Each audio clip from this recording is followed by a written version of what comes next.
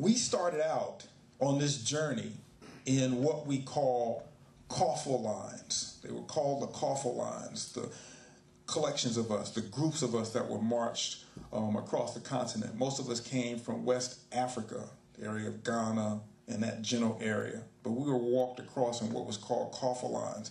And again, we are confused because someone else's story.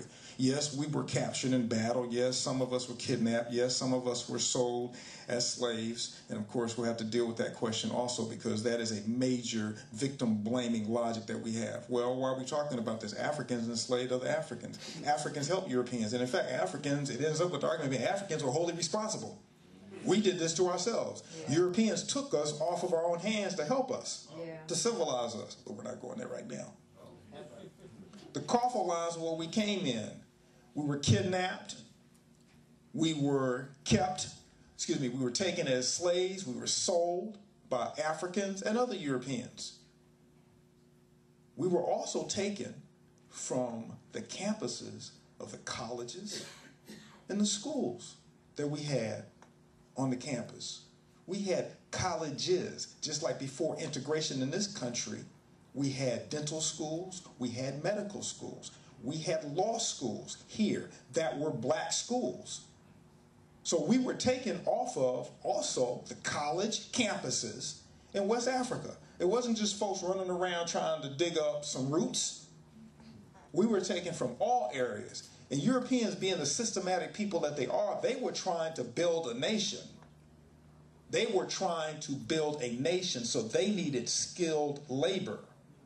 They needed iron workers. They needed architects. They needed every type of occupation that's required to build a nation. So they systematically looked for particular types of people. They looked for young folks who would have lost, hopefully, a connection with their people by the time they became teenagers, and they took men primarily, but also women who had the skills that they needed. North Carolina was famous for their ironworking during our enslavement. The wrought iron fences that you see down here in the South, these were made by us. And Africans, being the intelligent people that they were, a lot of the symbolism you see in these wrought iron fences are Adinkra symbols or communications with each other. So the most famous one where you have a pole here, and a pole here, and a pole here, and the art inside goes like this, and then the other side goes like that, that's a Sankofa symbol. The same thing I was talking about. Go back and fetch it. That's a Sankofa symbol. Look in the dictionary of Adinkra symbols. That's a Sankofa symbol. So we knew exactly what we were doing. Just like sisters who made the quilts and hung them on the lines to tell you what time, what direction, what house was safe, where you needed to go when you were running away from this. We knew exactly what we were doing, and they brought the people who had those skills. On these coffle lines, where we were marched sometimes for weeks, sometimes for months on end, average distance, 1,000 miles. I don't know how many people in here who have watched the movie Rabbit Proof Fence. Yeah. That was about the length of the walk, what those girls did. Approximately 1,000 miles. In these coffle lines, every one out of every 3 Africans died. Year after year after year, for hundreds of years, thousands of people being moved at a time.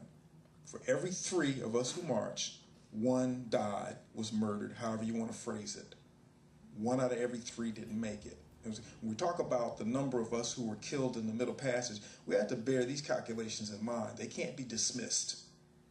Now, one of the telling stories about this is when you read the histories of people, one of the consistent things that you find is that as you marched along, chained to the person who was in front of you, by your neck, by your waist, by your hands, particular little children just chained by their neck, or sometimes with a piece of wood that had like a Y that was tied together with another piece of wood that had a tie to the next person, so if you moved, they moved. Okay? Along with that, as you were watching, you saw something that was incredible. Europeans changed natures at a number of points. You look on the side of the road, you look on the side of the road of the path, and you see wild animals who did not attack the line, who did not attack the coffle lines. The main reason that they didn't, and you see it immediately, is that there are dead, decaying, half-eaten or fully eaten bodies on the side of the road. That's that 1 out of every 3 that when they died or got sick, their hand, if it took too much time, was severed from their arm and they would drop to the side of the road.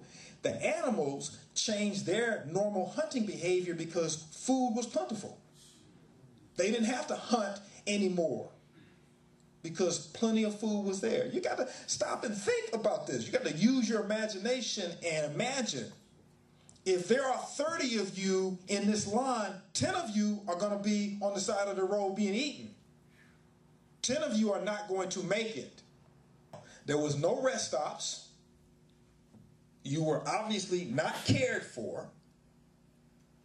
So what happened as you were walking along and you had to use the bathroom? Number 1 or number 2? They were not going to stop for you. If you had to throw up, nobody was going to stop for you. So you urinated and you defecated as you walked. If you were on your cycle, nobody stopped for you. The blood ran where it ran. So you're walking in the feces and the urine of whoever's in front of you. Yeah, whenever I'm talking about this, I see people, brothers and sisters. I can already say sisters the first time I gave this lecture, but brothers too. I see them in pain, and I'm happy. You're supposed to be in pain. This is supposed to hurt. It hurts me. You're supposed to hurt. When it hurts, that means that you understand. That means that you're moving back to where you're supposed to be. As you're walking along, feces, urine, what have you, all over the place, whatever bodily, whatever dropped off on you, whoever was behind you. If your mother died as you're walking along, they chop her hand off, you feel what? Your baby brother, your baby sister, these folks are family. These folks are family. These are people who you love with all your heart and soul. And they are dying and dropping off like flies right in front of your face. But the breaks that you took were not for you. They were for the entertainment of the people who were walking, because this was when the raping began. This was when people who were carrying you, if you want to call these people, begin the process of raping you. And don't sit here and assume for half a second that they didn't carry on with us what they did with their own. They practiced on themselves and animals and each other, the men, before they got to us. They were experienced in sadism. They were experienced in rape.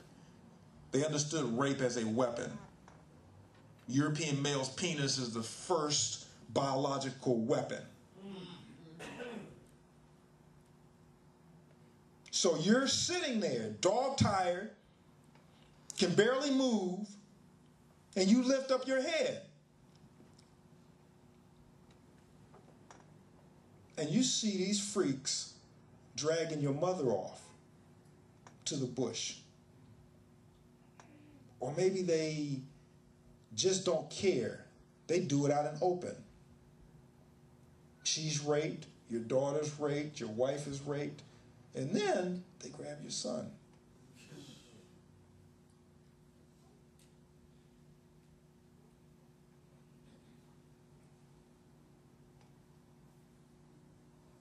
And he comes back barely able to walk.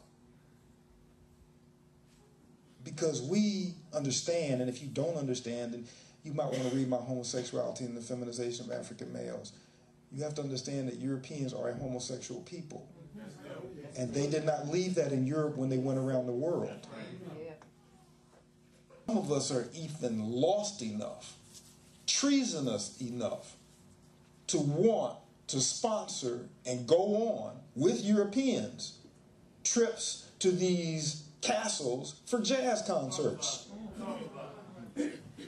so that we can help Europeans erase their guilt. Isn't that the form of European validation? They know that they can dance because we tell them. They know they can play basketball because we tell them. They know that what they did to us is okay because we tell them. Don't worry about it. That was then. That's not you. You never do anything like that. And you definitely aren't benefiting from it.